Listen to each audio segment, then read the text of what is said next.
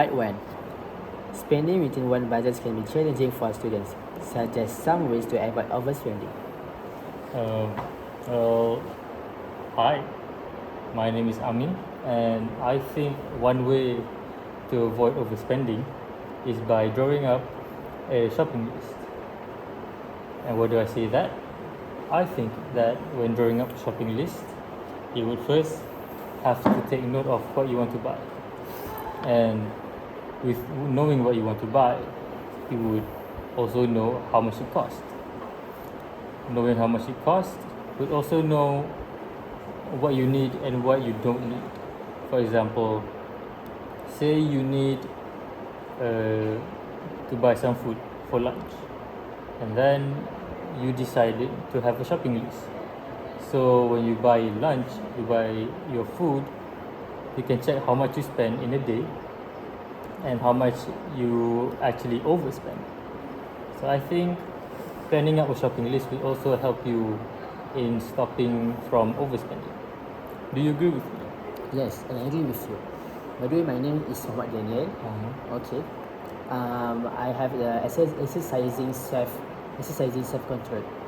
Exercising self-control is the other ways to avoid the overspending, which is control our desires. We must never get the things if you don't need, and you only buy the things, the necessary things. As example, the clothes and the others. Other than that, we can reflect a purpose of making a purchase. You must clearly know why you need some things, and you must make sure it's useful, and you must avoid the site when buying. So I think that's the ways of the the ways to avoid overspending. Alright. Part 2. There's a really trend of overspending among youth in Malaysia. In your group, discuss how youth can spend their money wisely. Well, in my opinion, I think youth can spend money wisely by first devising a budget. So when I'm talking about budget, I'm talking about the products that you buy and the prices of those products. And devising budget, of course, you will set a price amount such as 1,000 ringgit or 500 ringgit a month, or like 12 ringgit a day. And when you have this mindset, you will also choose wisely on what you want to buy. For example, if you see two products of bottle of waters, and one costs 2 ringgit and one costs 3 ringgit. The only difference is the brand and the particular type, and you preferably enjoy both. So I suggest when devising a budget, you would actually choose to buy something less, that costs less, even though there are two choices, and you would still enjoy it. And devising a budget would show that it is actually efficient in saving money, and that is one way to spend it wisely. Do you agree with my point, Daniel? Yes, I also agree with you, but I have another point. I think we can avoid the impulse buying, which is we can spend the money wisely. We can control the desire, which is we must think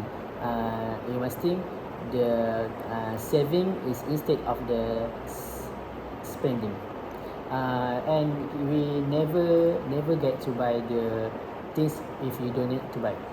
Okay, so other than that, you can buy the necessary items. As example, the shampoo. We know that the shampoo is the best way. We know that the shampoo is the useful in our life when we get the shower. So other than that, we can they reflectly the purpose of the making purchase, which is we must confirm why we need to buy this something, and is useful for us. Lastly, I think we must make a stick of a shopping list. This is because the we can avoid the things what we want, what we don't need that. So Yes. how about you, Amin? Well, I agree that when you want to buy stuff, you should always be reminded that you don't need to buy something that is, not useful. And another point that I would like to point out is buying stuff that is at a large amount, or to put it simply, purchase large stuff. So when researching large purchases, you should always think about first where we're buying it from. For example, if we're buying it from an online store, we can always find discounts or find reviews on the products, and we can use that to see how much we can get the use out of it, and compare it to other brands and qualities and prices. And other than that, we could also have a better understanding of what we are buying. And when we buy things such as food, we look at the brand, we look at the nutrition value, we look at the price, and we can realize that maybe what we're buying all this time is actually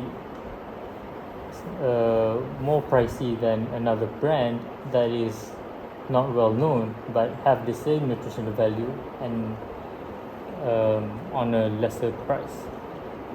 So to me, researching on big purchases can save money from frequently going to the supermarket and suddenly have an urge to buy things due to advertisement and impulse buying. What do you think about my point, Daniel? Yes, I agree with your point. And I have one more ideas. One more ideas is buy during sales to spend money wisely. We can get the promotion before the promotion when the sales. So as we know, when we buy the online sales, as example the TikTok shops and Shopee and Lazada, we can get the discount also discount.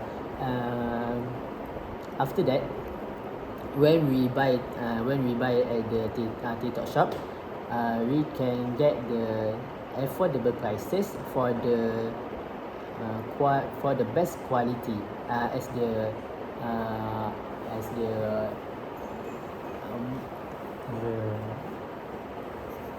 Reason. reason. Other than that, if you are lucky, you can get the best. We can get the free gift and the best value. As example, you can get the free token if you buy the shoes at TikTok shop. And I will give my experience. Last week, I buy the Ugreen power bank at the Shopee, and the prices is much cheaper other than the smartphone shop, which is I only spend my money with 50 ringgit, but at the shop is 100 ringgit. So that is the most price if we compare the smartphone shop. Okay, so what the best way to spend the money wisely? In my point of view, I would choose devising a budget, because while we can buy stuff during sales, devising a budget also put us in a mindset of always searching for something cheap, or always looking for ways to save money. How about you? I think the invest a budget is the best way for the spend the money wisely. It's because we can arrange what we want to buy and do not need to buy. So, the budget we can use to the emergency or the saving for the future. So I think this is so important in our life, to in our life. So I think that's all.